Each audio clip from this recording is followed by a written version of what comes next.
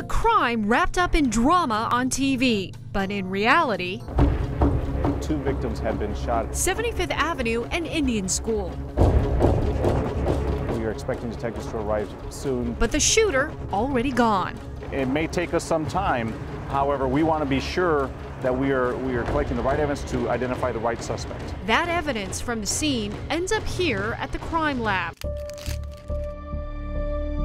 Deborah Richards has been a forensic scientist with Phoenix Police for 2 years.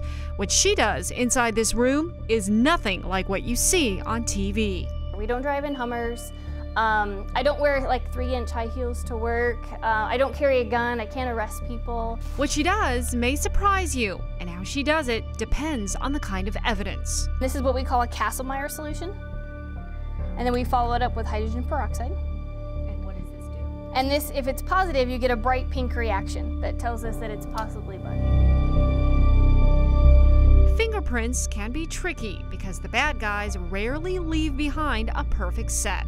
We can dust it and find prints using this powder. We would then photograph these, or we can lift them with the tape and then submit them for comparison. Another method, Deborah had me touch this paper. She hit it with a chemical, dried it for about a minute, then used a regular steam iron like you'd have in your house, and my prints appeared.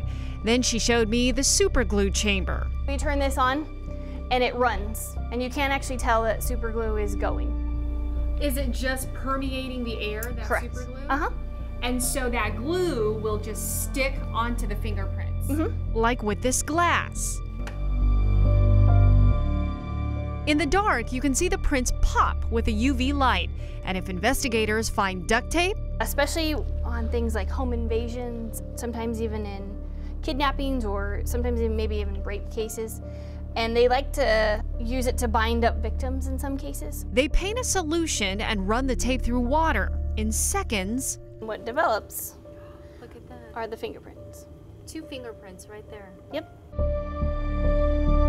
if there's a sample of cells, they'll run a DNA analysis and determine a profile from it. It can take up to a couple weeks to even a few months, if not years, to get DNA results back. We do the best we can. We work the fastest we possibly can to get items of evidence analyzed and get that case taken care of. This is my first call tonight.